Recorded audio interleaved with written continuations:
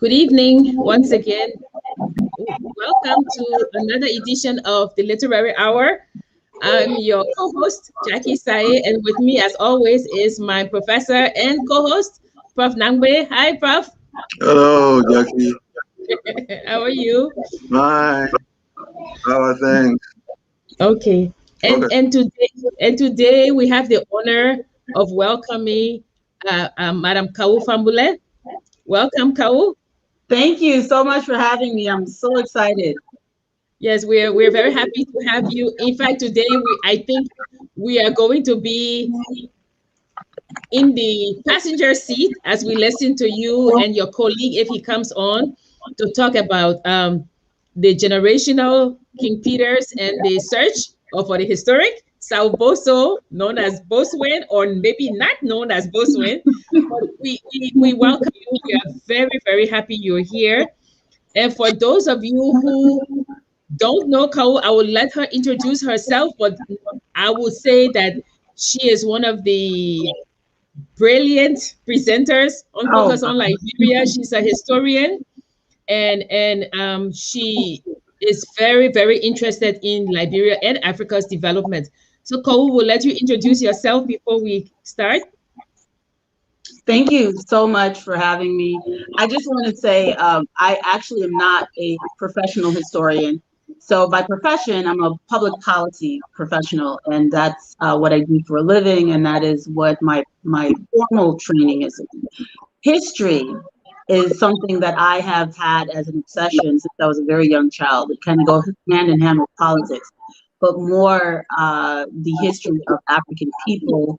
My emphasis of study has always been the transatlantic slave trade, the people in West Africa, the Caribbean, and those that were dispersed as well in North America. So um, I have been studying history actively since I was about 15 years old, under the mentorship of Mahmoud Al-Kati. The only reason I did not major in history is because I have Liberian parents. And that was, for whatever reason, my mother would best be able to explain, was not an acceptable formal course of study. But I certainly have had this as a passion and a focus of a lot of my free time for basically my entire adult life.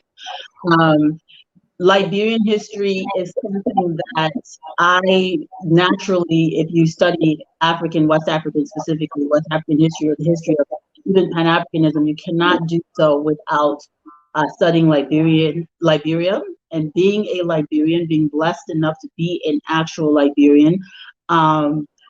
The passion for Liberian history is even more pronounced.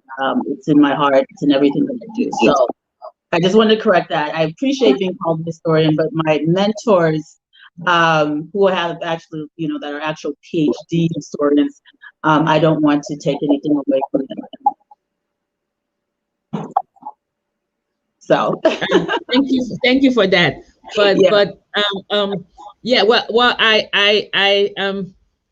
had one Liberian parent, and I minored in history. Oh, you did? Yes, at the University of Liberia under Dr. Shaduri and Dr. Ba. So, but you can never know everything, and so this is a learning process. But Prof, do you have any questions to ask Madam Fambule before we? No, I mean, she set the stage, and we'll just ride with that.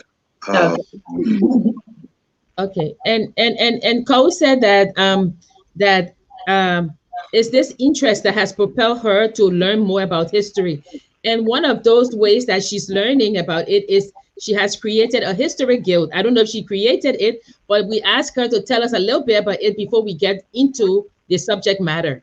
Absolutely. So the Liberian History Guild is a spin-off of an organization called Save the State. And Save the State is more political. And the History Guild emphasis is trying to reconstruct the kind of missing links in our history as far as like green history is concerned. And we're more focused on primary source research. Most of us are located in, well, no, most of us are located in Liberia. Most members of the History Guild are in Liberia, but there are a lot of us here in the United States, university students, graduate students, postgraduate students in various disciplines that are interested in history, Australia, Europe. And so what we do is when we find rare documents, we have them scanned into Google. We have them digitized, of course, put them online so that other people can access them. We reached out to universities also to digitize documents that are not available in Liberia. So a lot of things that have been digitized have been through the efforts of members of the Liberian History Guild. We're just a loose association of people. It's not anything too formal. We're not incorporated or anything like that. It's just, people with very strong passion for our history and that want to see a lot of our rare primary source documents preserved, even if it's only, in the digital format for now, and hopefully eventually returned to Liberia when the conditions are appropriate. I'm interested in the earlier point you were making concerning, you said the History Guild is a spin-off from Save the State? Yes. What is it, Save the State? So Save the State is it's also a loose association of people who believe very much in the fundamental principles by which Liberia was established. Is it something like talking about a think tank type thing? Yes, a think tank. Most of the members of Save the State agree on absolutely nothing. It's a battleground a lot of times. Yes. But so there's people from different political persuasions. But the one thing I would say, as one of the founding members of the organization, or the association, I should say, is that the thing that keeps us together is not that we agree on everything, is that we never will. Right, but the main thing that we do agree on is that Liberia is necessary. Okay. And we believe very much in, the Republic. And, we all have different heroes. We all have different people that we look up to in our history, in our present, in our future. I mean, to lead our future. But the bottom line, the common denominator of people who are involved in the organization is that we very much believe in the founding principles of Liberia. We believe in African excellence and all the wonderful things that those that came before us wanted us to emulate. And that is where, because I also understand you said your professional focus is public policy. Yes. And that is why, because what I'm coming to there is history is at the center of all these things here. History. You are talking about human beings, you are talking about actions, you are talking about policies and all that. So when you want to detach yourself from, well, I am not a historian, what have you, it tends to weaken your position. And I mean, I'm not imposing on you, but I would say you need to claim them. You see, because it's going to be a kind of moving force to make sure you go even drill deeper, and the papers you kind of present to the public will be taken seriously. That's oh, that's what you mean. Well, I appreciate that. I think I was just trying to, kind of, a little more. People always ask the question, well, you studied political science and public policy, public administration. How does this, apply to history? And when you get into trying to explain to them, they don't get it. But I appreciate I know. People get too, they get too territorial. But yes. At some point, yes. But at some point in time, once you know the strands, you know the branches and what have you, and you can pull them together, you don't allow anybody to take that from you. That's the point I'm trying to make. Thank you. Yes. I needed to hear that too, by the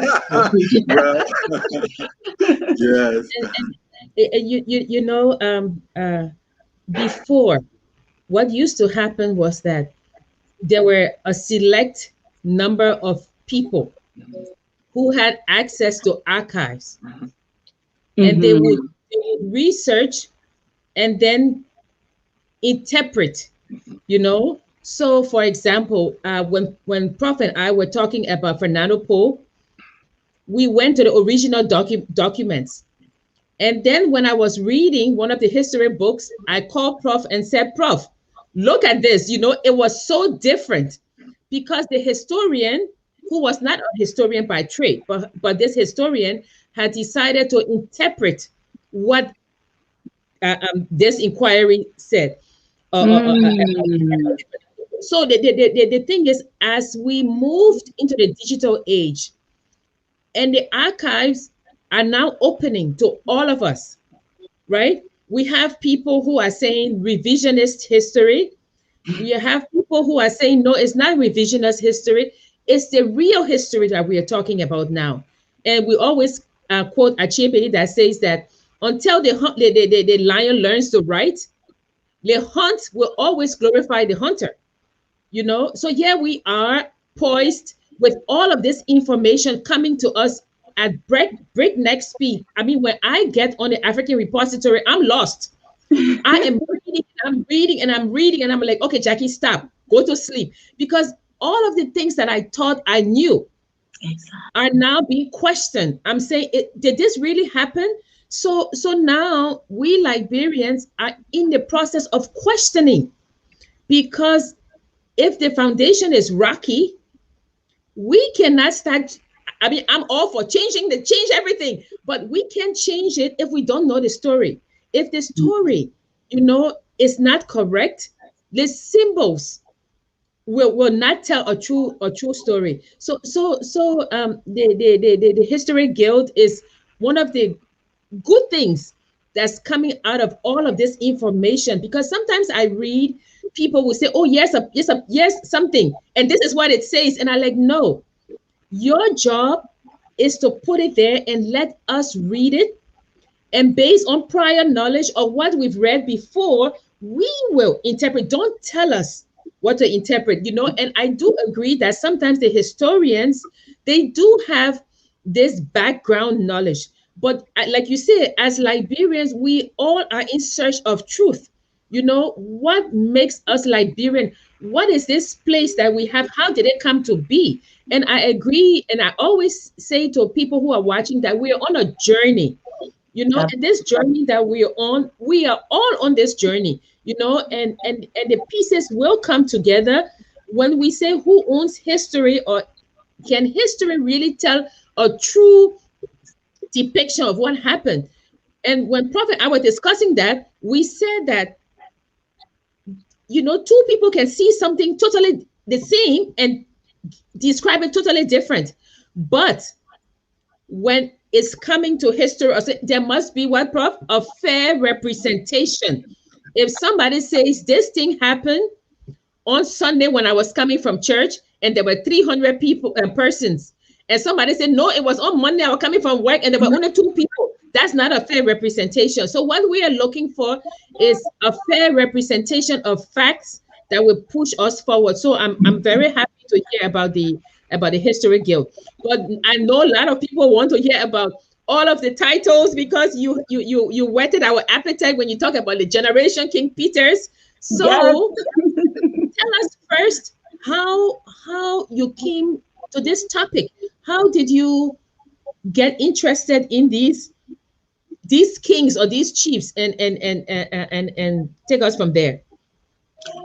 So, like everyone else, when, you know, I was growing up, and even as an adult, you hear about King Zolu Duma, and you hear about Long Peter and Short Peter, and these mythological, almost, you know, characters in our history.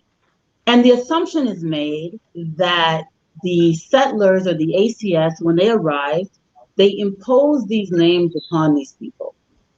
And so this is just the common understanding for the average Liberian person, is when you hear King Peter, you say, oh, the people just named him Peter. His name was Zolu Duma. How do we know his name was Zolu Duma? How do we know his name was Peter?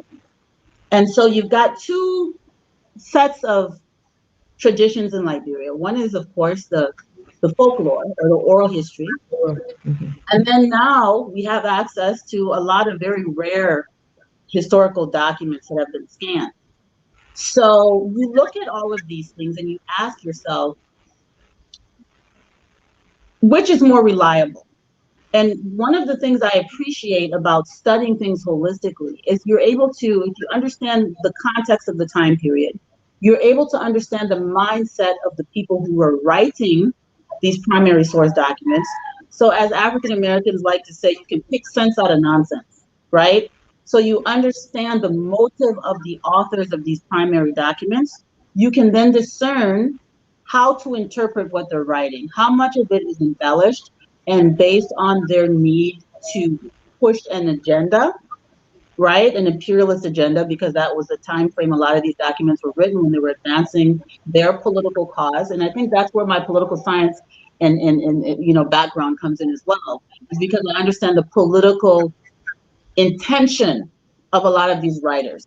So you can then pick out of their documents, okay, they're saying it in this way because they're trying to advance this certain mentality. And so I came to realize as I researched various things, even writings in French. I mean, there's a French explorer who documented 100 years before ACS arrived that he came to Cape Mesurado, and there was also a King Peter. And that King Peter, as he said it in French, must have inherited his name from a prior King Peter. And so this name goes back to the very early 1500s. It's mind-blowing. And the question is, how? So you start to look at it in the context of West Africa. You look at Sierra Leone, where you have the Tuckers and these other descendants of British and European traders, as they call them, right? Who had mulatto children with the indigenous people who carried their names for centuries. So if you look at the Tuckers of Sierra Leone, I mean, this happened all over the coast. Why would Mesurado be any different? Why would Cape Mesurado be any different from Sherbro Island, where you have, you know, the Tuckers? So then I started to look at it in the broader context of West African history, and I said, why were all of these successful kings at Cape Mesurado referred to as Peter through the literature by explorers from time to time? And reasonably concluded that they, and because also that's what was written about them, that they were all descendants of the same people. There was even a King Peter who was kidnapped and sold into slavery, who's a very famous story from Cape Mesurado. And he said that he was the son of King Peter, and that was, again, before ACS arrived. So the King Peter that was met at Cape Mesurado when ACS arrived would have been a brother of the King Peter that was sold, or the son of King Peter that was sold, if you look at the time period. So I have some documents that I had sent over. I'm not sure if those were received. I'd like those to be displayed as I kind of get into the story a little bit. I think Anthony will put them up. Okay. I think he's trying to put them up. In fact, when I was reading, okay, one is here. Yeah. Okay, so this is just a photograph from 1746, from around 1746 of Cape Mesurado. That particular photograph basically depicts what the structures were on the coast. You have the types of buildings and settlements that were there when the Europeans arrived. This is one of the earliest sketches of the types of structures that existed in this place that has become Liberia, from the perspective of Europeans that came across our ancestors. And as you can see, I mean, these buildings are well constructed. Some of the things that the descriptions they have of us at the time, they refer to the women having gold thread, because gold was so abundant here. At Cape Mesurado, they talk about the women taking gold thread and braiding it into their hair and having all of these gold ornaments. So this is a time before there was extreme devastation that came a little bit later. The extreme devastation, refers to the slave trade. So by the time ACS arrived, a lot of things had been destroyed. A lot of the earlier depictions and descriptions of Cape Mesurado and the people at Cape du Monde, or Cape Mount as we call it now, and all of these places, it seems like there was a bit of degeneration or destruction or some downhill turn, probably due to warfare and an acceleration of the slave trade. So you can see, how things change. But the most important thing I wanted to emphasize with the King Peters is that based on our research, there's two possible leads or theories, hypotheses that we're following trying to determine which one is true. The first hypothesis is that they are actually the descendants of a Dutch explorer named Pieter. Okay. Because this is one hypothesis, and the reason is because that was a common practice in the area, a very well-documented case, or two or three very well-documented cases right next door in Sierra Leone, where the descendants of these European sailors would then become the rulers of the area, and they would pass their names down through generations. So that's hypothesis number one. Hypothesis number two, which is in line with what the explorers were saying, is that they just were fond of this particular Dutch Pieter. And they, maybe he brought them gifts or some kind of technology, and the king decided to name his children after him, and therefore they passed the name down generation. Based on what I'm studying right now, I believe very strongly that the first hypothesis is probably correct, that they're actually the biological descendants of the Dutch explorer Pieter. So I read somewhere that in one of the many narratives that the Europeans had even Pieter the Careful. They even had like long Peter, short Peter, but they had Peter Careful, and I'm like, okay, why was he careful? So they put that, to his name. So it could be. I mean, that's one hypothesis. What's the other one? So the other one is just that they were fond of that. They definitely had interaction with the Dutch explorer Pieter. So the other hypothesis, which is what subsequent travelers had said, was that they adopted the name because it was also common for people to just adopt the names of some of these great explorers because of admiration. For me, that doesn't set as well, because why would you pass on that name for so many generations and hold it in so much reverence if he wasn't in fact an ancestor? That's just Okay. Well, the thing about adaptations should not be a kind of rule out, because in those years we are talking about,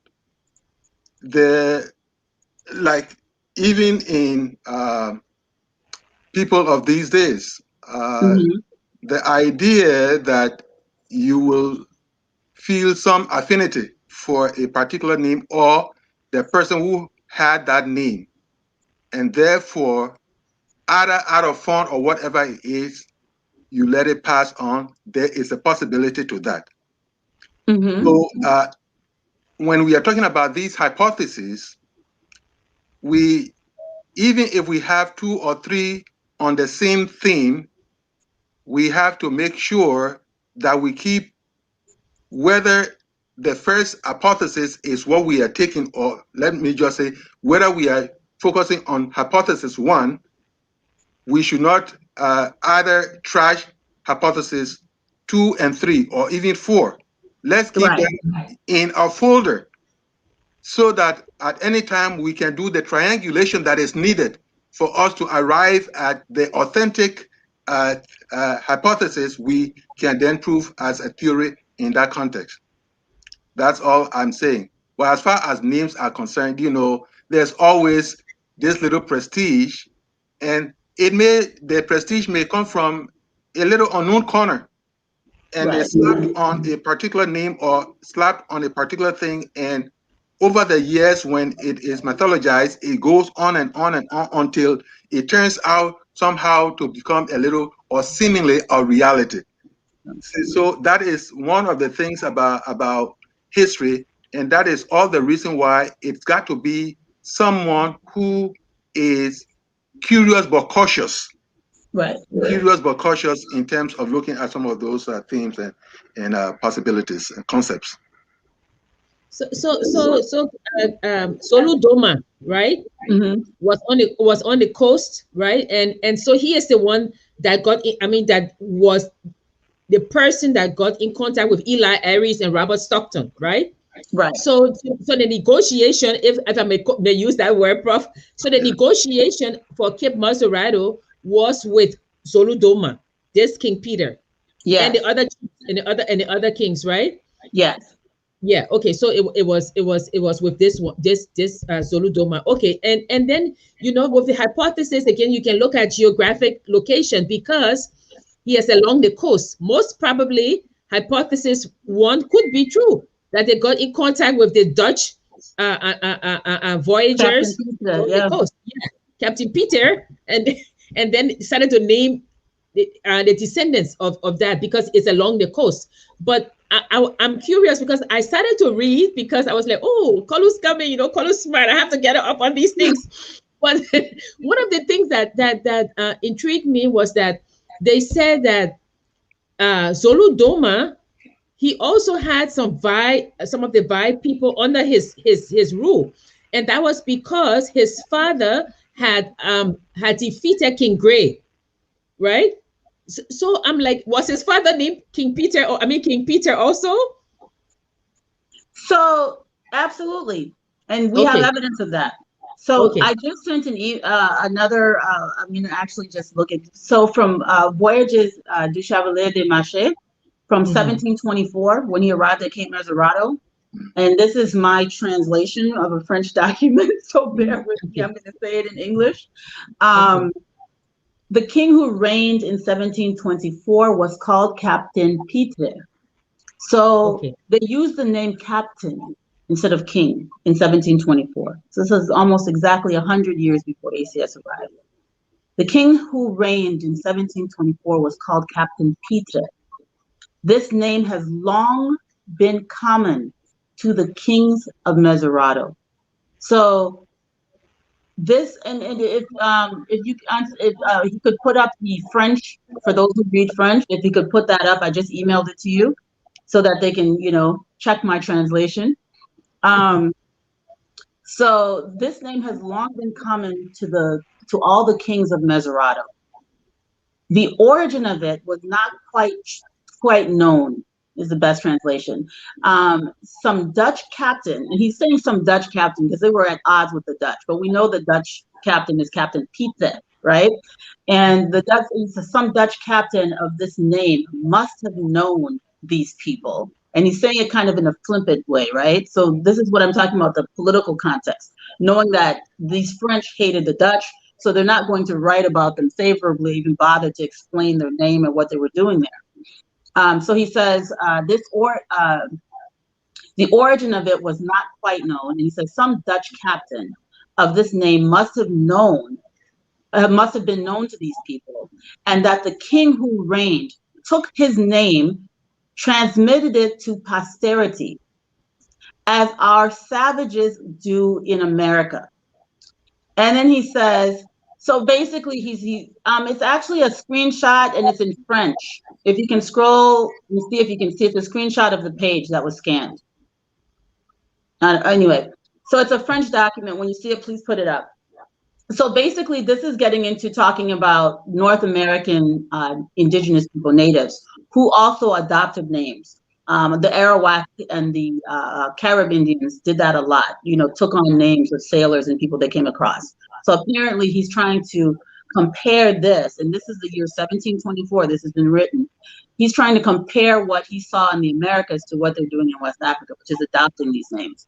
And then he's saying, there is only the necessity. I'm sorry, I'm trying to translate and read at the same time. There's only the necessity of deriving from, what's the best way to translate this? So basically he's saying they had merchandise coming from Europe that these people lacked. And so therefore, if he brought, goods or anything that they appreciated and held in high reverence, this could have been the reason for their affinity for King Peter or Captain Peter and why they carried his name. And, as Professor Nangbe said, I shouldn't dismiss this. It should be kept in a realm, saying, yeah, maybe because he brought goods, tobacco or guns or whatever, that they held him in high reverence. But he was not the only one. So you're looking at this and you're saying, yeah, but that's what all the traders did, right? They brought things. So what is it about this particular Captain Peter that his name stuck with these people, that every king at Mesurado must be called Peter going forward? And so I'm not satisfied with it just because of the context of it. And also, but like Professor Nangwe said, we have to look at it, with an open mind. He says, so when you deal with these two nations, both sides, let's see, what is he? I'm trying to get to where he's talking about. So basically, this is just a little snippet. He's talking about in 1724, when he arrived at Cape Mesurado, the king's name was Captain Peter. And he's saying that this has been the case at Cape Mesurado for many, many generations. And this is in the year 1724. So he's saying that this is an ancient name that preceded even that King Peter, that was 100 years before Zoluduma. And because go ahead. No, I was saying because the Golas, they traded, right? Cotton and I think tobacco and corn and things like that. So yeah, so they would have come in contact. But it's just interesting that I would like to know when the settlers came, because in almost all of the settlers' papers, it refers to him as King Peter, right? Mm-hmm. So when did this shift come to Zulu Doma? I mean, when did his real name become known? So I actually, this is a very, very good question. And this question and the other question about Sao Boso being Boastwain, these are two questions that have no answer yet. And that is unfortunate, because right now it looks like that portion of the history was invented to correct something that they thought was imposed by the settlers. So the assumption being that, these people's names were not Peter and Boastwain, so we're going to call them Zolu Duma, we're going to call them this, because we have these names of these kings in our oral tradition. So we are then going to replace, just show one, can you just show one and blow it up a little bit? I don't know who can read French out there. I just want to make sure that you all see what I was reading and make sure that you agree with my translation. I can, but it will be something that I have right in front of me, and I label over for a while. All right. Yes. Yeah, because French is clearly not my first language. No. So, but I like I said, if I have the two documents before me, then I can do some little justice to it, as opposed to what you are doing almost extemporaneously. But the point that I want to comment on with respect to Duma coming into the picture, one wants to find out, for instance, who is the writer, who is the author of that which brings in the name of Zulu Duma. In other words, if it is from the point of view or from the perspective of an educated African, then one can kind of safely conclude that it is that author's stance to make sure that the real, that is the authentic African name comes into the picture, but making sure that indeed there is no missing link from the Peters and the indigenous name. So if the link is not weakened in any way, then we can accept that it is the one person who is being referred to in the indigenous parlance and that of the Anglophone parlance. Right. Because when you read Eli Aries and Robert Stockton and the others, when you read their journals, even Benjamin J.K. Anderson, when you read things like that, I mean, for Eli's and Eli Aries and Stockton is Peter. It's Peter. I didn't see any Zolu Duma, anything. It's all Peter, you know. So it's very interesting because yeah, and writings like Kawu said, writings, they do have agendas also. Of course, Because when I'm reading letters that the free people who came are writing back, I'm always like, okay, is this really what was happening? Yeah. You know, or are they just writing? Yeah. So books and letters, they have agendas as well. Yeah, human beings. Yeah, they are human authors to them. So yes. Interesting. We had this discussion in the History Guild, and interestingly enough, you know, the position was, because my assumption is always, you know, to look at things from the perspective of the writer, and in every case that someone had an indigenous name, those indigenous names were written. In every single case that they came across someone who had an indigenous name, those indigenous names were documented.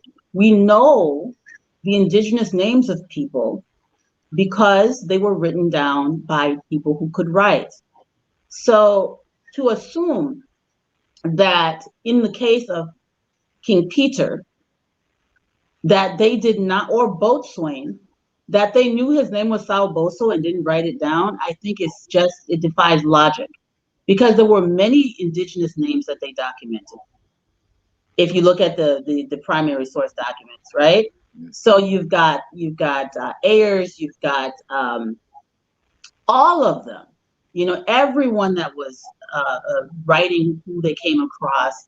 Ashman, Hootie Ashman wrote about, you know, Boastwain in great detail. He also wrote about a lot of indigenous kings and people he came across, and he spelled out their names the way that they were pronounced.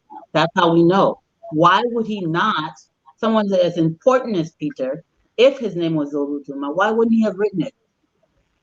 And so we did have that discussion in the History Guild. And I said, you know, we don't see this name show up until the mid to late 20th century. You're talking about the 1960s in any document that we've come across so far. We don't see the name Sao Boso show up until the Gola folklore is printed by Johnson. Yeah. So we, you know, like I said, it's a process of discovery. It could exist. We just haven't seen it yet. Yeah. And so go ahead. So the conclusions, the preliminary conclusions that we're drawing is that they're coming. So now the folklore, which is, you know, it's not like, you know, Mandingo folklore, which is done through these griots that are trained and almost mesmerized or hypnotized to repeat things verbatim through songs and chants, right? We don't have that tradition outside anywhere in West Africa, outside of Mandingo and some of the northwestern cultures, like those people in Senegal and whatnot. But for the most part, most West Africans do not have that kind of disciplined oral culture, which, you know, you have to be selected and trained to repeat things exactly as they were for generations. So I'm sorry, I'm rambling. Go ahead. No, it's not rambling, but the thing about it, because so many cultures, especially along the West Coast, and I should say even Africa, let me not just single, the significance of the griot is not taken lightly in those cultures. You know, so people, you know, it's you even have to go through a ritual to become a griot. So as the older griots are performing their acts, they are the next generations that are always in either in the presence or somewhere in the courtyard. Yes. To listen to what is going on in there. So the discipline, that discipline is actually a part that goes with the classification of the role that person is supposed to play as a griot. But let me. You were talking about the Jehudi Ashman and a few others using some of these names while they're using the indigenous names of the other people. We have to look at the significance people attach to the concept of names, the concept of naming, what have you. It is possible that what is in the mind of that person who is using one set of names, even though that person is talking about the same group of indigenous people using Cree or Western names for those and not using what Cree names for the others, it may be a sense of class. It may be some sort of showing some elitism in the process. And so when that Western name is used, probably it is more of the person attaching more respect. It may be nonsense, but maybe attaching much more respect to using the word Boastwain, for instance, and using or King Peters for this part of the conversation and using indigenous names for the other people. So we have to also look at, in looking at the totality, we also have to look at the approach to naming, the approach to accepting names and what have you. All those things have to play within the context of understanding why certain names were used for with certain indigenous people and certain names were used for the other side of the indigenous people, group of people.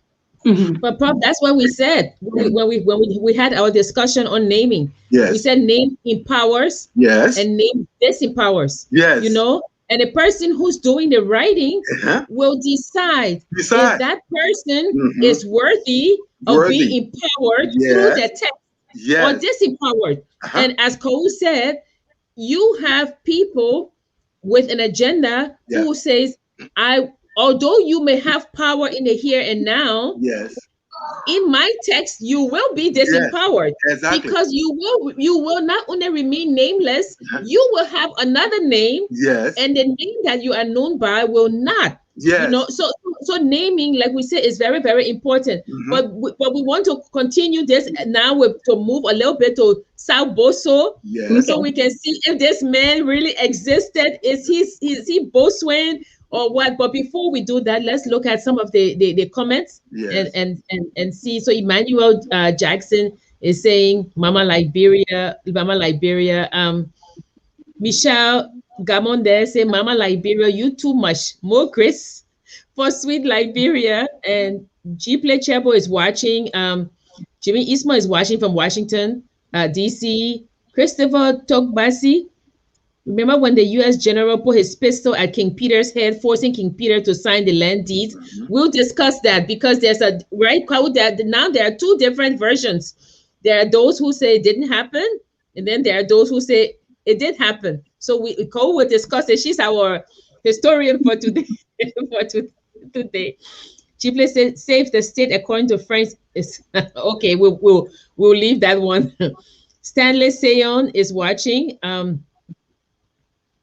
Cole, they want you to confirm whether it's a right-wing conservative organization. Okay. What's a right-wing conservative organization? Save the state. Of course not. We're not right-wing and left-wing. We refer to the branches of the U.S. legislature. And so absolutely not. Chipley, you got your answer. Jimmy Eastman said, don't believe it was a U.S. general, more like a ship captain, I heard. Okay, that put the gun. Christopher Togbasi said, remember when Christopher Togbasi is still maintaining our history as the U.S. Library of Congress. No, Christopher, our history are in books that we can access now. Yes. Kelly Sarah, so this is the lady behind Save the State Organization. Cole, you're in trouble. I'm one of many, but yes, I'm proudly associated with the brilliant minds and the crazy minds and everyone. I do not disassociate or disavow any of them, even the ones I don't get along with. It takes divergent views. Okay. Christopher said, I told you it all started from the foundation of Liberia. The Americans did not teach the Americo-Liberians how to be responsible handlers of power. In return, the Americo-Liberians failed to teach the indigenous people how to be responsible handlers of power. Until we as Liberians can study the past, we cannot fix the future. And I would say something. People, Can I say something? We're human beings. We've handled power for thousands of years. Yes. It is not the prerogative of Europeans yes. or colonialists to teach us how to handle power. This is our birthright as human beings. We are Homo sapiens, just like everyone else. So this constant, like we're children or animals that need to be trained, I completely reject that. Yes, yes. And that is very much important, because this whole thing about power has an innate instinct to it. So that to say that even the very Americans, the very Europeans we're talking about, they themselves have had to fumble with power. Exactly. They've had to fumble with power. We see that in the United States of America also. So don't tell anybody that, these people were supposed to teach us this. Of course, I know, Chris, I know you are making a point, but the idea that to say that such agencies are agencies that are given, some things are human, and therefore how you behave to your fellow human being, there has to be a way of cultivating that in your own corner, cultivating that in your own culture, and then what? Sending the power and the grace abroad. And that is the thing that is lacking, that we are talking about. How do we come to looking at those things to bring us together and make us use power as productively as possible, positively productive? Prof, right. I think that when we discussed power one time, I think Cole was on that show when we discussed power with focus on Liberia. And somebody brought up the fact that, which I don't think, because I haven't seen it, but they said that Tubman said we did not have the benefits of colonization, and I started laughing. Because you see, I mean, and some people actually believe that, but nations evolved. People forget that in Britain, they had young kids sweeping chimneys. In China, they had foot binding. In America, they had child labor. Countries evolve, societies evolve, and whatever structure that you think colonization brought to some African countries, it's just a byproduct. And that's not the structure. That's their version of structure, So we are evolving as people and as nations, So don't think that colonization was a good thing. They did not come to teach you how to run your country. It was only if they had servants, the servants maybe watch, but our nations were evolving, and the colonization disrupted the process of evolution to a higher one. So please don't.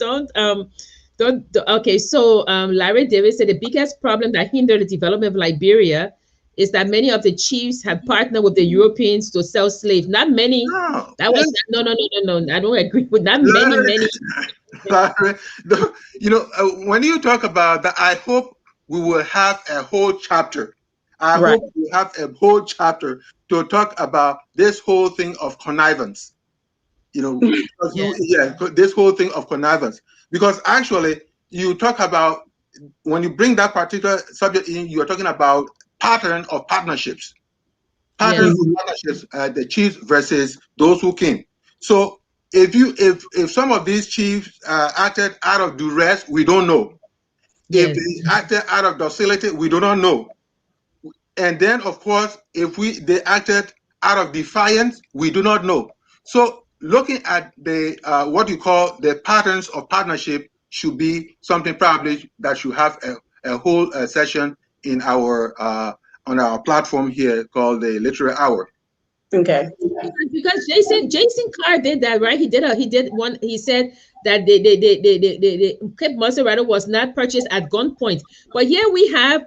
Then we come to the thing of power. They did have the same power, right? Because if you have a gun, or you have military might behind you, and I am defenseless, there's no negotiation. No, there's no negotiation. Exactly, exactly. You know, there's no negotiation there's no negotiation, especially in the year 1822. yes. You know, we were completely exhausted from series of wars and conflicts and exploitation, and it was definitely not a balanced power relationship. And so Zolu Doma wanted his land back. Remember, after he signed, he said, "Give me my land back." Yeah. So it was not negotiation. Okay, so here's a question for Kou. Doris Banks Henrys, for example, would Kou say also she had political motives, going off her comments that most of the writers had political agenda? Absolutely, of course. Doris Banks. I have a thing that I always say in the History Guild, and that is that Doris Banks was an American agent, right? And not just an American citizen who loved Liberia, went to Liberia to go help us write history. She had an agenda. She came into Liberia during the Tubman era, during the time when Liberia was being used for purposes of misinformation and all kinds of things. So some of the if you look at the creation of ELWA and using Liberia as an information center for, the Cold War propaganda machine, it was spreading all over West Africa. This woman came in to rewrite our history at a really convenient time. And in hindsight, you look at some of this stuff and you're like, I could be a conspiracy theorist, but some of the stuff that she did, she was no idiot. This was a very brilliant woman, very brilliant educator. And I don't think it's an accident that she went to Liberia and created the type of folklore that she did. I think the same way that people who write the common U.S. history, I'm not talking about the deep historians, but the common U.S. history the average American is privileged to, it's to create an atmosphere, a feel-good atmosphere, a mythological sense of citizenship. And I think that was her agenda in Liberia. It wasn't necessary to give sincere and accurate depiction of what actually took place. Talking about that, Jackie showed me a book that was done by Doris Banks Henrys and Nathaniel Richardson. Richardson, yes. Where some of the pages it is said that it was the settlers that taught the indigenous people or encouraged them to farm. Yeah. Right. Nonsense like that. And she like I said, she was no idiot. So this stuff could not have been accidental, right? So it the whole, creating this mythology, it was all of that stuff. I think I think it was intentional. Just understanding the politics of the era. There's no way that was coincidental. And the short of the long is that even now we need critical minds. Mm-hmm. Even now we need critical minds so that we don't swallow things hook, line, and sinker. Anything that is brought before us, we've got to be able to dissect it and make sure that something that is closest to the truth comes out as a result of doing much triangulation, as a result of doing much text editing and all that kind of a thing, analysis and all that. Yeah. There was a young agriculturalist journalist who was sent to Liberia from New York, and he died young. But in his writings back to his publisher, he said he had never seen, a soil so rich like in Bassa Cove. And so he listed the amount of produce that was being farmed by the people. So when I saw this saying that they taught the indigenous people how to farm, I'm like, oh, wait. So let's go quickly so we can go to King Salboso. This is Christopolis. Okay, wicked slave master James Monroe for his wickedness. Robert Harper was rewarded a town, now city, named Harper in Maryland. How stupid can they? Okay. So Christopher goes on to rewrite Liberia's history, a history of truth. Maybe you should give him his own platform to come and discuss what he wants to discuss. I know. Yeah, you see how did America sign treaty with people, the indigenous who couldn't read and write English, exploitation? How did Liberia get its independent from an organization maybe we should dig deeper. You should join the guild and dig deeper. Yes. Oh my God. So Okay. So she says, let's focus on what we came to discuss. Because I no, think she I said, think no, at this point no, he's that's just that. trolling. He's trolling, and I'm not interested in that. Europeans always mispronounce or change African names they cannot pronounce. This practice goes back to 332 BC when Greeks encountered ancient Egyptians. King Rames Mari Amen, for example, became King Ramesses. He said they changed the name. Okay, so we can go on and on, but let's go to King Salboso and talk about that one. So what's happening now? So King Salboso is one person and Boastwain is another person, or So are they two what we've been doing is comparing the Gola folklore with the written record. So we've been looking at, and this has been going on now for about 2 years. Pretty extensive research from all sides. We've got our traditionalists who are looking at, the oral tradition, which, like I was alluding to earlier, we don't have a real we don't have an oral by the 1960s. We didn't have griots in Liberia, right? We don't have an intact oral tradition. That's a fact. Much has been lost. And so when we start talking about the folklore and things like that, you don't have these entranced griots that have been trained from childhood to chant and recapture and recite really history. I would have the fortune of being the blessing actually of being in Mali and listening to an actual griot in Mali back in 2012. And they actually go into a trance and they go into song and they're repeating words that have been repeated for generations verbatim in the song and the tones that they've been repeated for generations. They chant names, they chant seasons, they chant in the dialect in exactly the way that their ancestors have done.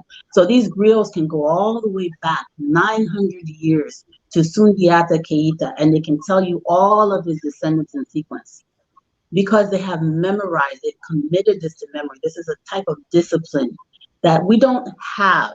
No. So you cannot compare the people. Go ahead. Yeah. Oh, I'm sorry. I thought you were saying something. So you can't compare that depth and that level of discipline to just going and interviewing some guy that's in Bopolu, who remembers what he's told in some sense, and then in other ways is just reciting whatever he kind of remembers. So Jangaba Johnson's story and a lot of the information that we've received on the oral tradition, the oldest documented oral tradition that we have been able to find so far are from the 1960s, specifically about Boastwain or South Oso. Now, both I believe are true. I think that the oral tradition is mostly true. And I think that the written tradition is mostly true. I think where we have kind of found some inconsistencies, the biggest inconsistency is the biographies of the two people. Their origin, where they came from, and who they were. So Ayers and Ashman and others who actually interacted with the person that they called Boastwain, or that called himself Boastwain, they were very clear about him being essentially a foreigner to Cape Mesurado. Yes. And that he was from Shabar. And not only was he from Shabar, the specific language was that he was a native of Shabar. So if Boastwain was a native of Shabar, this would have made him Bullum. And the Bullum people are not found in what we consider to be Liberia. They are still in Sierra Leone today. Their language is related to Pisi. their culture is related to the Kisi culture. So it's not like he's from, you know, Nigeria or something. So there is a kinship in the ethnic group. So there would have been a possibility of these people to be able to communicate, just like the Mende languages. People in that time period would speak more than one. You would have a Mende person be able to speak five, for example. It still occurs today. So he was not likely, you know, Gola or any of these other things. Now, could his descendants be Gola? Yes. Could his descendants be Madingo? Yes. Could his descendants be Vai? Of course, because people have children with people and they go on to speak different languages. And ethnicity, the other thing I want to point out about West Africa specifically, ethnicity is fluid. It's not etched in stone. Ethnicity is something that you can adapt and inherit based on your circumstance. If I had been born and taken in by a family who spoke Grebo or Glebo or Klau, I would be Klau. It is, you know, that is just what it is. So the idea that ethnicity is always tied to blood and biological heritage is something we need to also start talking about when we talk about history and culture and politics. Ethnicity is something that is fluid. It changes. People can, you know, change their ethnicity over a couple of generations. I'm saying all that. When I was reading about King Sao, Sao Boso, so he was head of this what is called Kondo Federation, right? Where you had a group of people coming together in, was it Bapolu? Bopolu?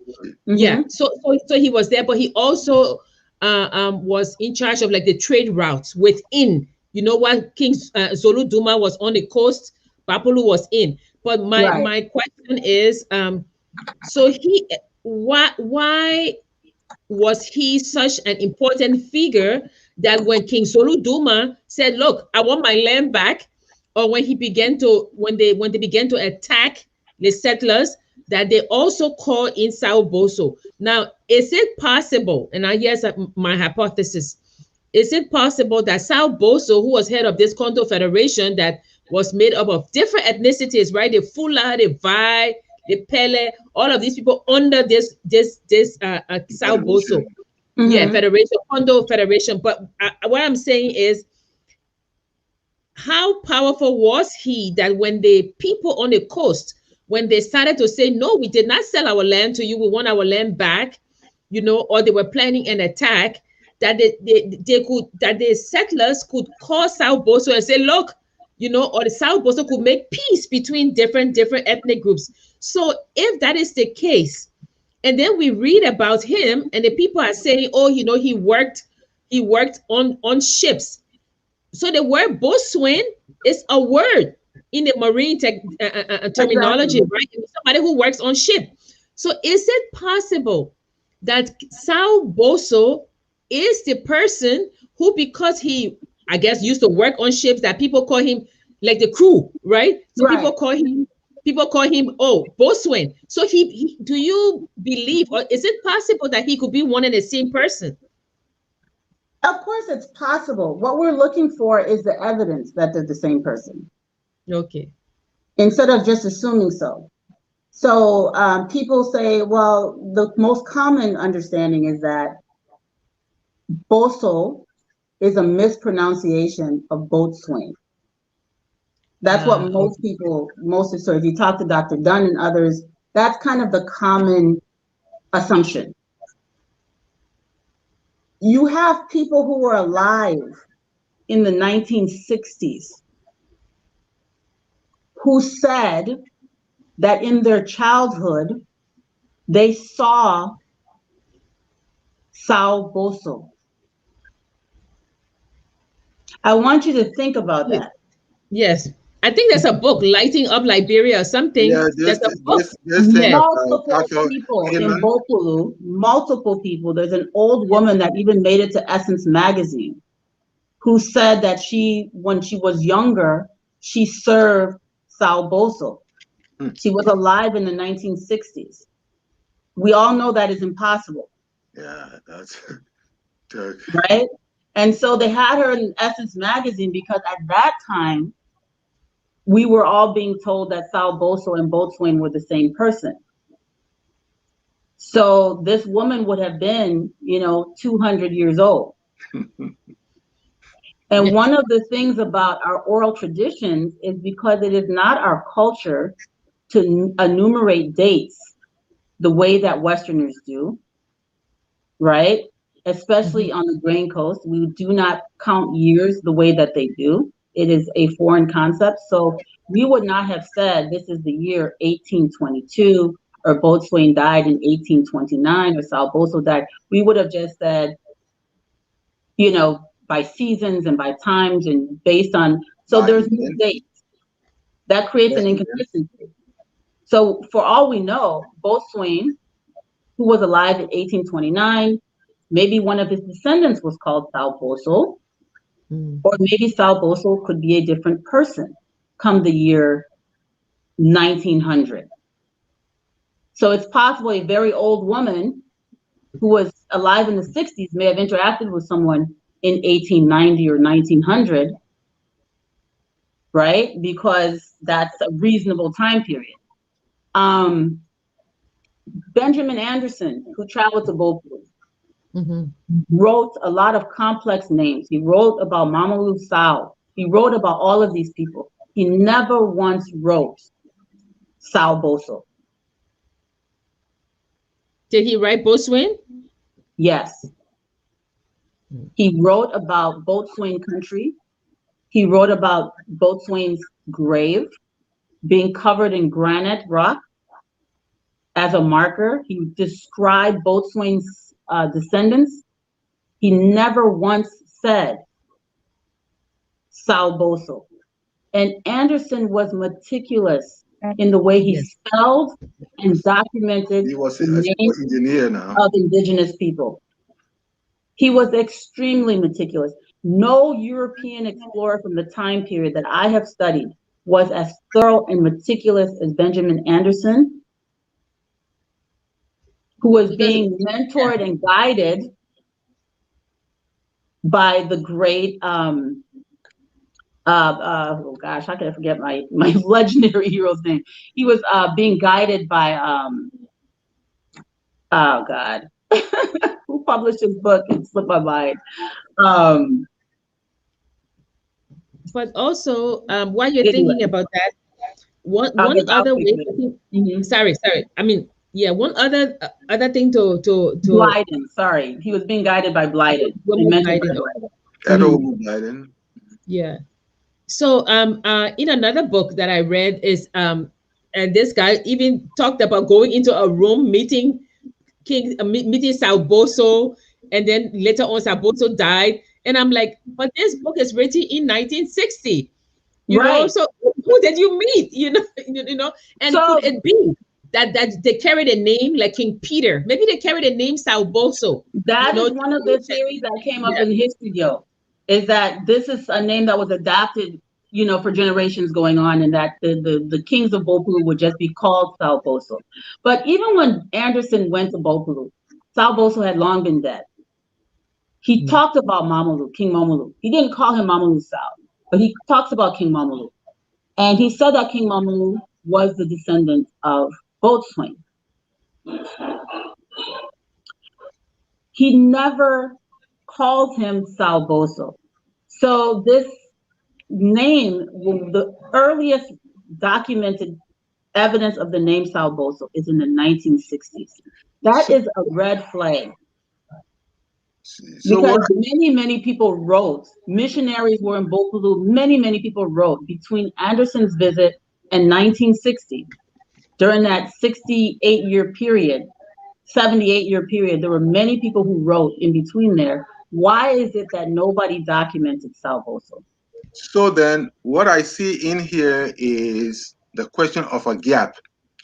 Yes. A genealogical gap of some of these famous chiefs that have either been mythologized or something of that nature. That gap has to be filled in the tradition of put our history in the right context, national history in the right context, and what have you.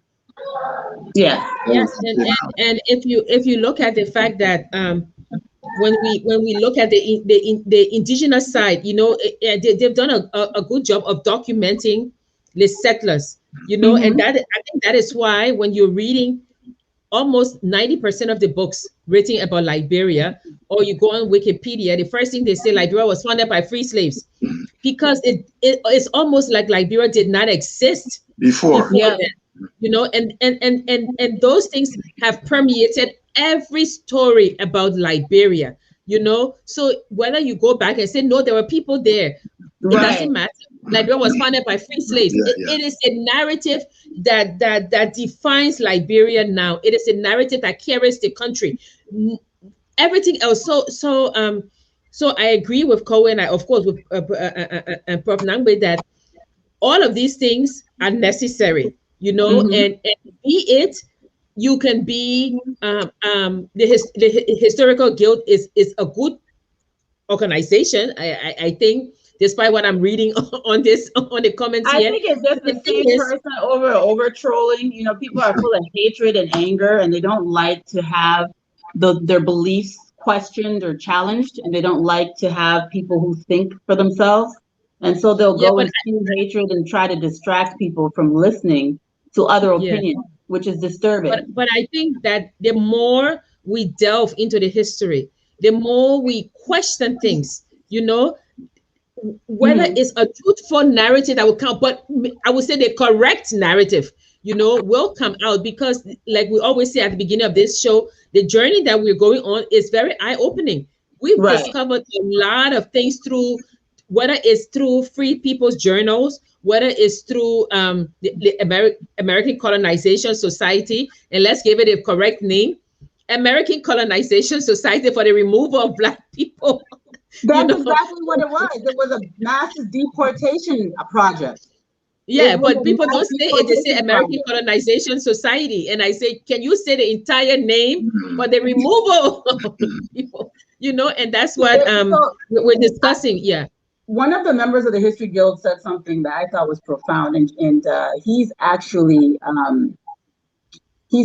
not Liberian. He's actually from Sierra Leone, but he said something that I thought was profound. He said Liberia was the 40 acres and a mule. That they should have given the emancipated Africans. And so they said you can have your 40 acres and a mule where your ancestors came from, but not here. Because even Barbados, when those were coming from Barbados, if you look at the ad, it says a family would get 25 acres.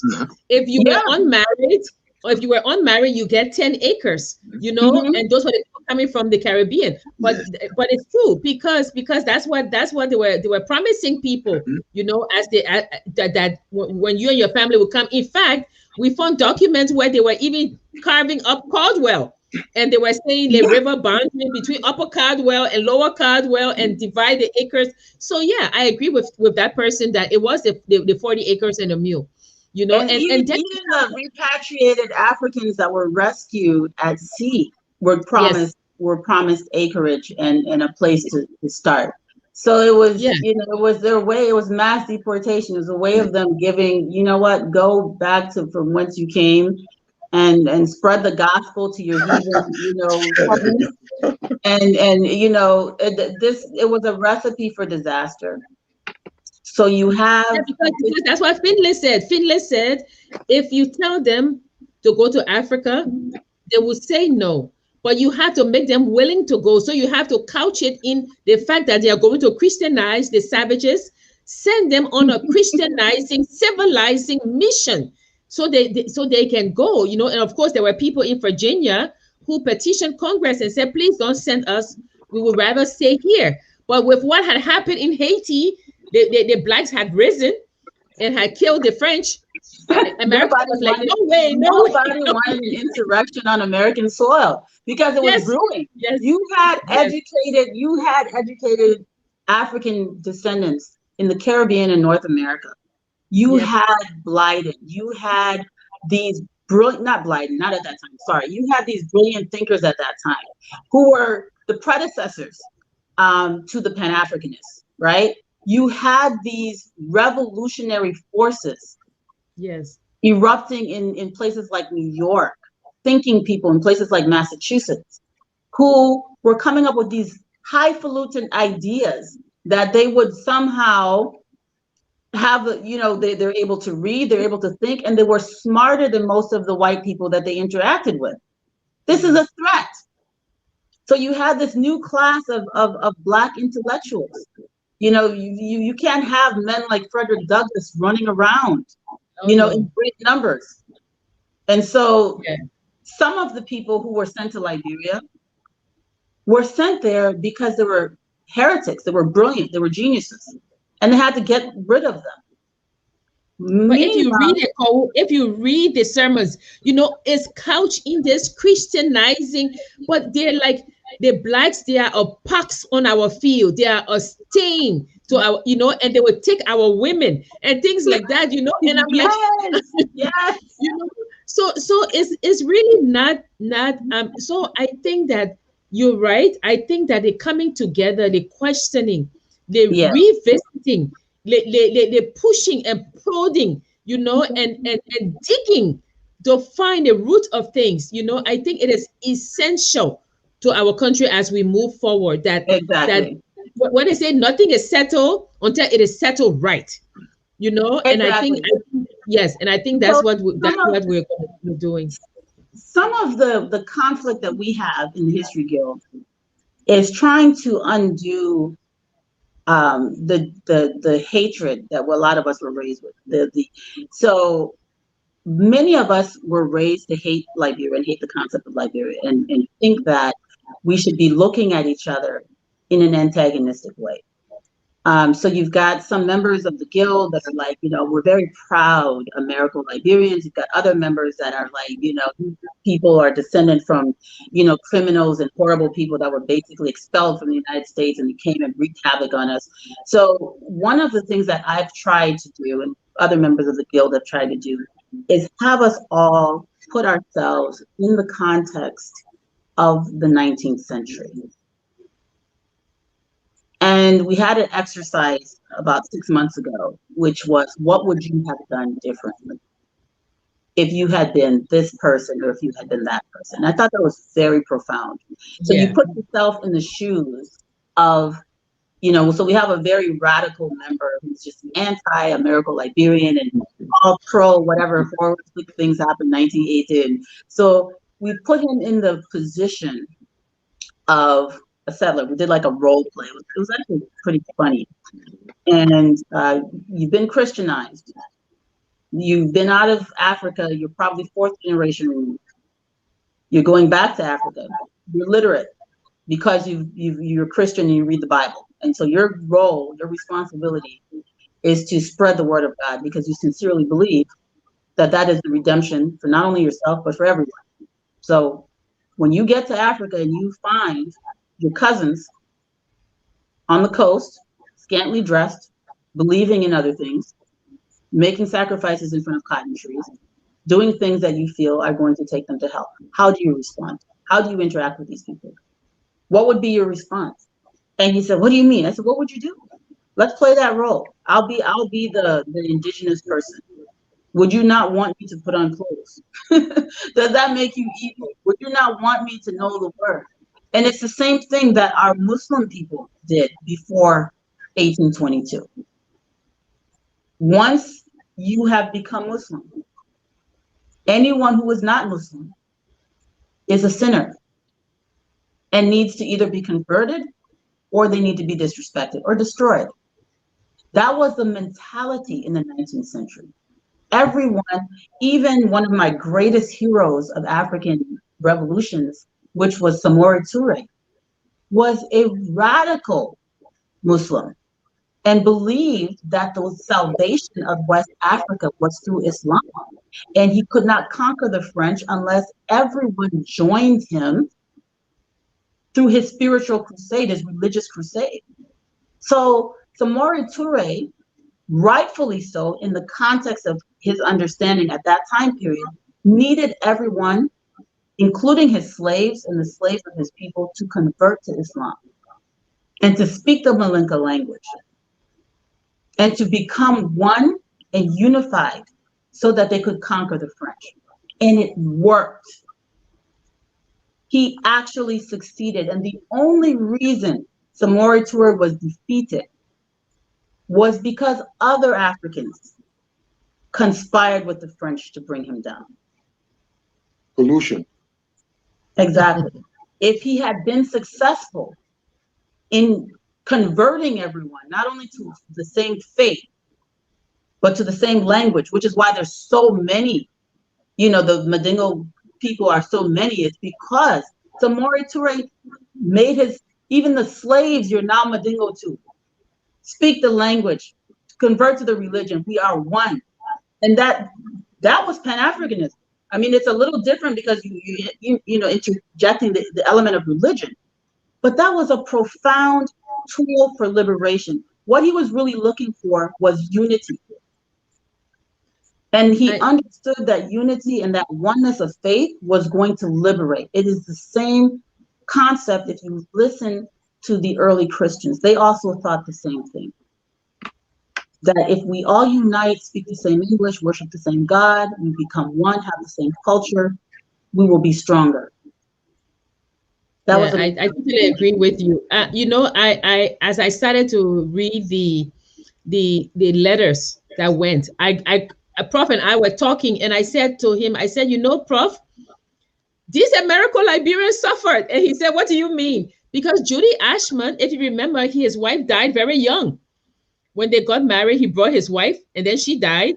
And then of the people that were settled, of the 80 people who came originally onto Sherbrooke and then onto the island, almost all of them died from one disease or another. And now what I'm saying is that I agree with you that empathy with each group, if we feel for each group, they went through this, and as Maya Angelou says, when you know better, you do better. But at that time, you're right. People didn't know better. People were sent on this Christianizing mission, Yeah. and they let us show that. So I think moving forward, all of this role playing, all of this, what would I have done? Given the circumstances. If we sit down, like we always say, there must be a frank discussion. So as we sit down and think about that, if I was sent to another country, leaving everything, because remember, the people who were coming were not people who left Africa. These were the descendants who didn't know Africa, and these were new people coming. Right. So they didn't know, some of them didn't know the harsh weather. Some of them didn't know the terrain and things like that. So you have the only thing they shared in common was the color of their skin. So yeah, we have a new breed of people coming, meeting another group, yes, descendants, but the culture is totally different. So I agree with you that as we have empathy for groups, because don't forget, we always say on this show that the commonality that binds us is migration. Whether you came from the disintegration of the empires, whether you were put here as recaptured Africans who couldn't go back to the Congo, whether you came as free settlers or free slaves, or whether you came from the Caribbean, migration brought you. So that common thread, the love of liberty, brought us here. Right. We can argue in different ways, but it brought us here. And so that's what we're saying, that to move forward as a nation, we have to start having these frank discussions, and we had discussed, what does Liberia mean to you? And Prof and I, we said to people, write an essay, write 3 paragraphs. What does Liberia mean to you? When you say, I am going home, what does home mean to you? It was so difficult. It was so difficult for people to put into words what Liberia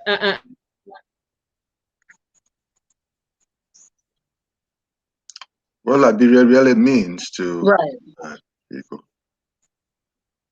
So I think for me, this experience, this exercise with the History Guild, being, raised outside of Liberia, and interacting with people who were born and raised, many of whom have never left Liberia, through the History Guild. that common, love of history that's binding us. I think what it's done for me as well is that it has also allowed me to understand how much the governments, the various governments have failed to create a curriculum, an educational curriculum that teaches Liberians that they're Liberian and that they have a stake in the country and that they have that they belong to it. And the brainwashing and the misinformation is from all sides. You have indigenous people who say nothing positive about Liberia. You have American Liberians or people who think they're descendants of American Liberians who have a tendency to be arrogant and think that sense of entitlement. Built not only entitlement, but that they built Liberia alone. But that's that their ancestors built Liberia alone. Yeah. And the more that the thing about it is that the founding of Liberia,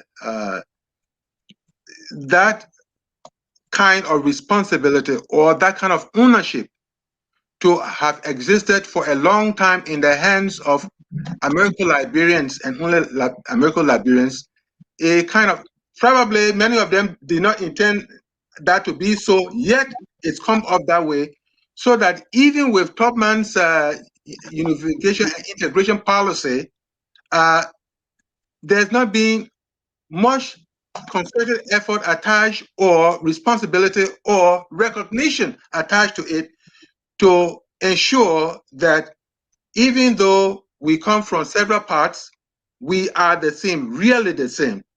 So that those who belong to what you call the upper class always felt a sense of entitlement that they created that country and to them that country belongs.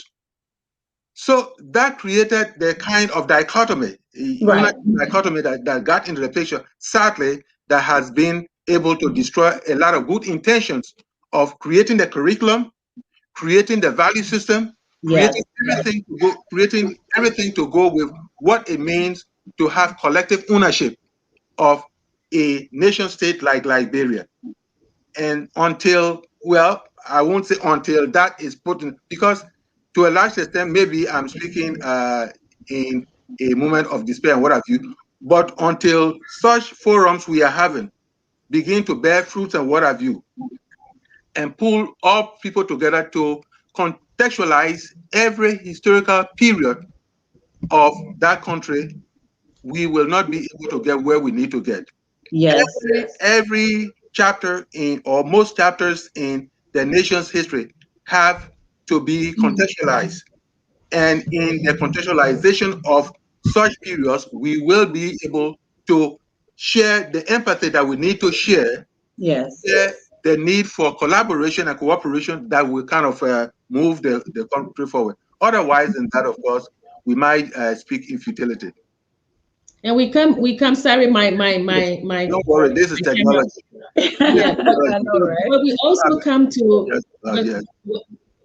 when you discuss it, Prof. We always talk about definitions, and one thing that we must also discuss is this thing about what does it mean when you say civilized? What does it mean? We have not discussed that. I mean, people still use that in this day and age, civilized, when that anthropologists are saying societies evolve, right? Cultures evolve, so that word is outdated, but people still use that word. Oh, civilized. It's not civilized to eat with your hands. It's not civilized to do this. So as we are going forward on this journey with discussing and finding out the true story of Liberia, we must also start looking at the terminologies that have been used: civilized, Christianized, savages, indigenous. Negotiations still. Yes, because the indigenous now, that word has been used to divide. Yeah. So the rootedness if you are rooted in your country or your culture, you are indigenous. And then even if you are from that culture and you have traveled and you are no longer rooted, you are no longer indigenous. You see, so we have taken the words and the definition, and we have, as Cole said, we have weaponized them against each other to create the other. You are not of this place. I am more Liberian than you are. So as we move forward, let us start discussing these terms. And like we always say, when you sit down with your friend, have this discussion. You don't need to belong to a group. Have Yeah. these discussions and start talking about Liberia, Yeah, like I said to my friend one time, she said, "Oh, I took my daughter home." I said, "That doesn't mean anything. I could take my daughter to the Caribbean. Taking my daughter to Liberia simply means she went on a trip." But Right. when you come back and you start talking about, the Liberian people, and your daughter hears you, then she knows that, those people are the other. So when the telephone rings, you know what I'm saying? So it's a creation, that is constantly being manipulated, navigated, but also created as the other. So we should also start discussing terminology when we start talking. Like, they went to civilize the savages. Who were the savages? What does it mean to civilize somebody? Those are terms that we should discuss. Yet, I Yes. agree. yes, yet as we are talking about those terms, we must not lose sight of the fact that dichotomization is a nexus to agency. Yes, sir. Yes. When you might not say those words as I say them, but the idea is that we against them for what? Yes. Okay. Yes. They us against them for what? And if it is control and all that kind of a thing, then there is going to be a problem, because Absolutely. control brings in bread and butter issues and all that kind of thing.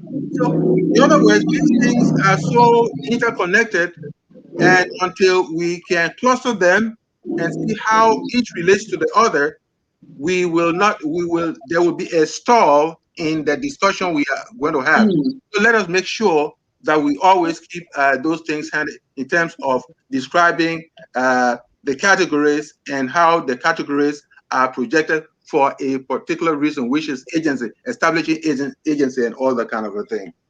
So thank you Okay. for saying that. I wanted Yeah. to. I'm sorry. You're gonna. No, you go ahead. Go ahead. I was going to say something. So one of the interesting things when we say ethnicity is fluid in West Africa, this also applies to the westernized ethnic Liberians, the settlers, the people that we think are descendants of Americo-Liberians, the people that we now uniformly refer to as Congo or Congo or whatever we say. From the very beginning, the greatest survivors were the repatriated, rescued Africans. They had the highest survival rate. Next to them were the people who came from Barbados and other Caribbean places. The people who early on came from North America, from the United States, most of those people do not even have descendants. The ones who do have descendants are the ones who intermarried early on. So the surviving remnants of the founders of the Republic, the repatriated founders of the Republic, are also the children of indigenous people, so-called indigenous people. And we keep acting as if that is not the case. When King Peter surrendered, or not even surrendered, but walked his entire clan to the settlement and was absorbed, all of his descendants and the descendants of his clan became Christian and spoke English before 1847. So in 2021, those people don't even know that they're they. The great-great-grandchildren of those people probably think that they arrived in Liberia on a ship. The people who went to Lot Carey Mission in the very beginning when it was created, those early indigenous people who were educated, those people outnumber the descendants of the settlers. And we sit here and talk about ethnicity like it's something that's etched in stone. We are who we are. There was a song that was written in 2011, Lucky Bucket, Kozi, Pueblo, bunch of hip hop artists. I helped them with that project because that's something I enjoy doing. But they wrote a song called Free. And the theme of the song was, we were here before we came. The song is so profound. The lyrics of the song that the different artists wrote and contributed was after we had a lecture, a very profound history lecture. They went and wrote the song. And it's basically a history song, set with hip hop beat. I'll share it with you all after this. But they're basically saying the same thing. We're the same people. And this ethnicity idea, it's very fluid. You know, somebody was saying the other day to me, oh, you know, my Madingo ancestors were here on the soil when these people arrived. I said, yes, there were Madingo people here, documented here as far back as the 1600s at Cape Mesurado. This is true. And I said, I don't know why that should be important to even mention in Liberia, except for the hatred and the divisiveness that has come about. I said, were your ancestors Madingo before 1822? What do you mean? I said, were my ancestors Mano in the 1500s or 1600s? Ethnicity is fluid. Have we always been who we are? And this is something, if we really start to study history, you'll start to question that. You start to realize, oh my God, you know, we've been moving around, we've been intermarrying, we've been captured. The first thing that happens when you capture people in war is you take all their women, sell all their strong men, and you take all their women and you have children with them. We are the same people, and that is what the whole spirit of Pan-Africanism is. That is what was born in Liberia. That is what has to return to Liberia. It's this concept of oneness and unity.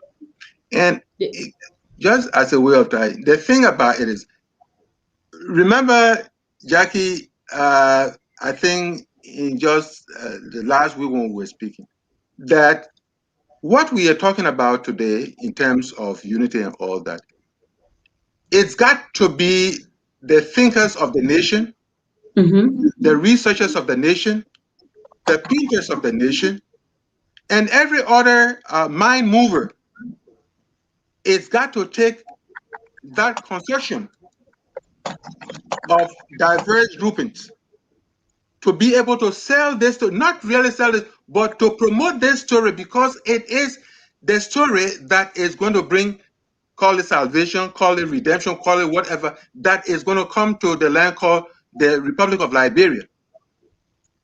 Why the diversity that is sometimes seen as being set in stone is going on?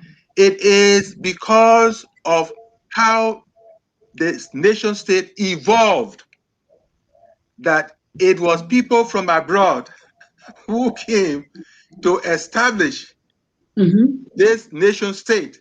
Yes. They then have the agency.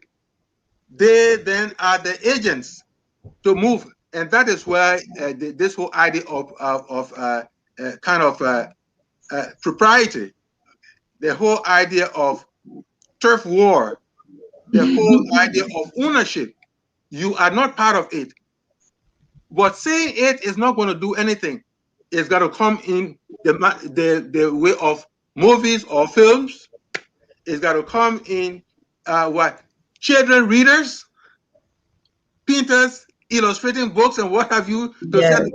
What you, to some extent, I can assure you that you will not see government so easily owning up to it. present day government or whatever, only up to it. Even the government after that, only up to it. It's got to be people in private affairs working together to a kind of make them see and feel what we are talking about. It's got to be a see and feel type of thing that is going to keep this conversation to where we want to take it.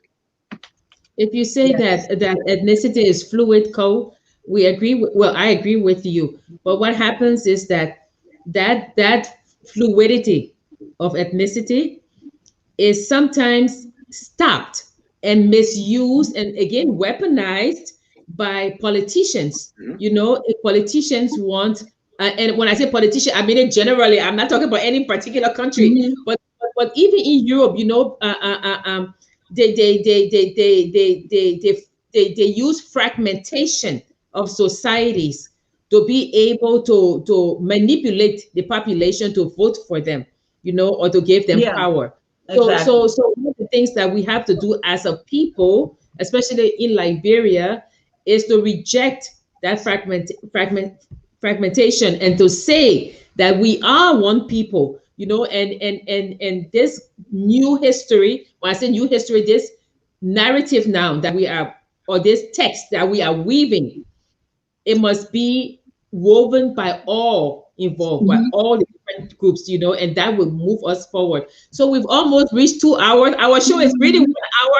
My people, I see that a lot of you have been listening, but the show is 1 hour. But we're so interested in what Cole has to say in the historical guild that we've been going 1 hour 44 minutes. So thank you all. And we didn't even get into the details with Boastwain, so we'll have to park that. We're gonna bring you back. We're gonna bring you back, and hopefully your colleague will come as well to discuss Boastwain with us.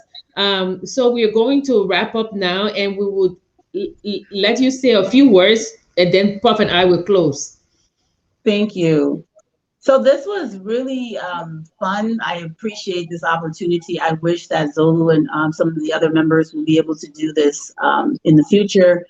And just to let everyone know, the History Guild is open for anyone who wants to participate.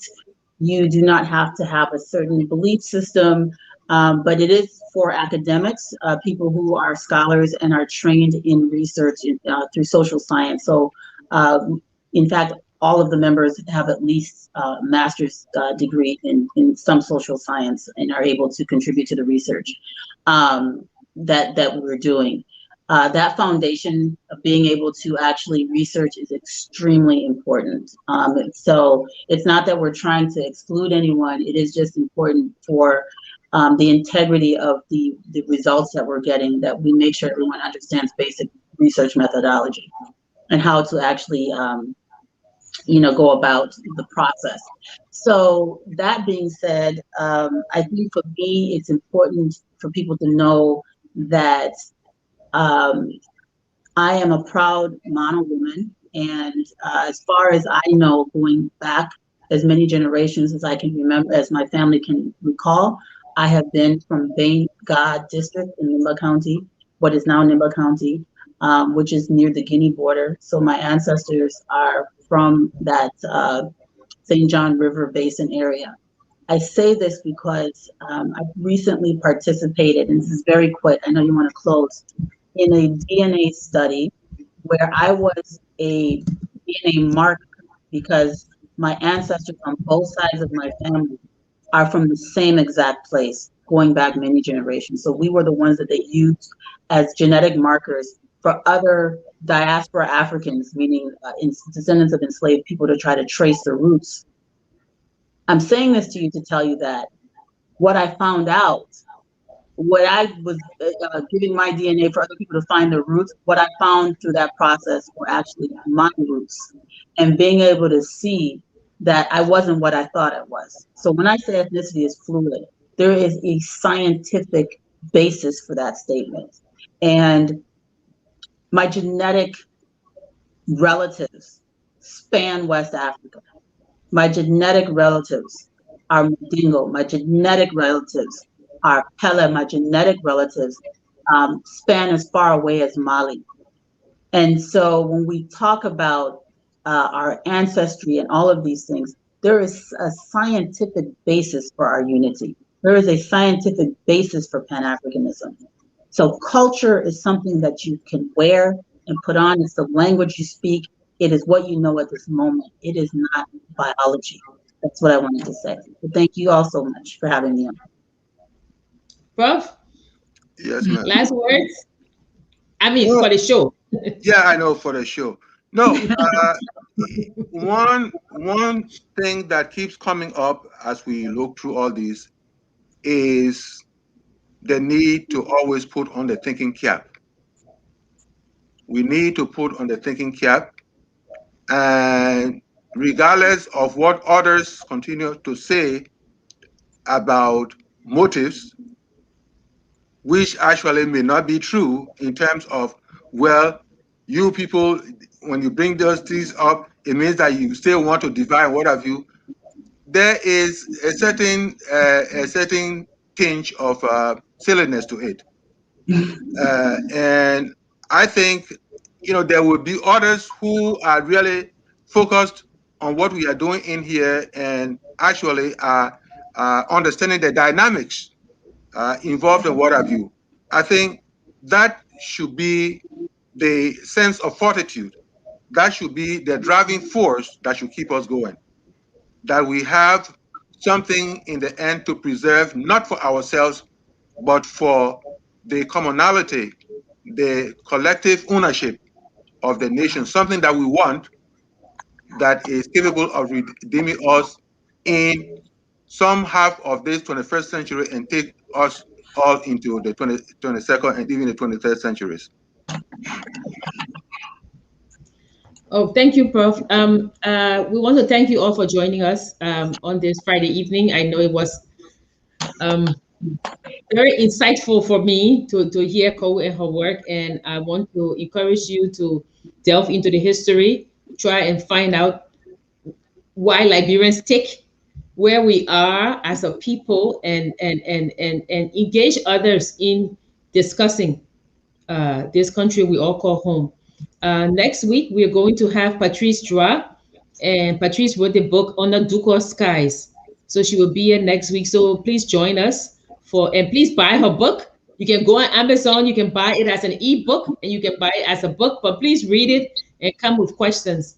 And I don't have anything else to say. We are all one people. You know that whether we came on a ship, whether you walked from the empires, whether you were dumped here as a recaptured African, or whether you came from Barbados for your 25 acres, we are all one people. And if we keep that in mind, we would definitely move forward as a people. So I thank you all, and good night, and stay safe, mask up. As we always say, call your relatives at home, tell them to please get the vaccine. If you don't want to tell them that, tell them to mask up, please. Yeah, they have to. And always, we say always lives Liberia. Lives Liberia.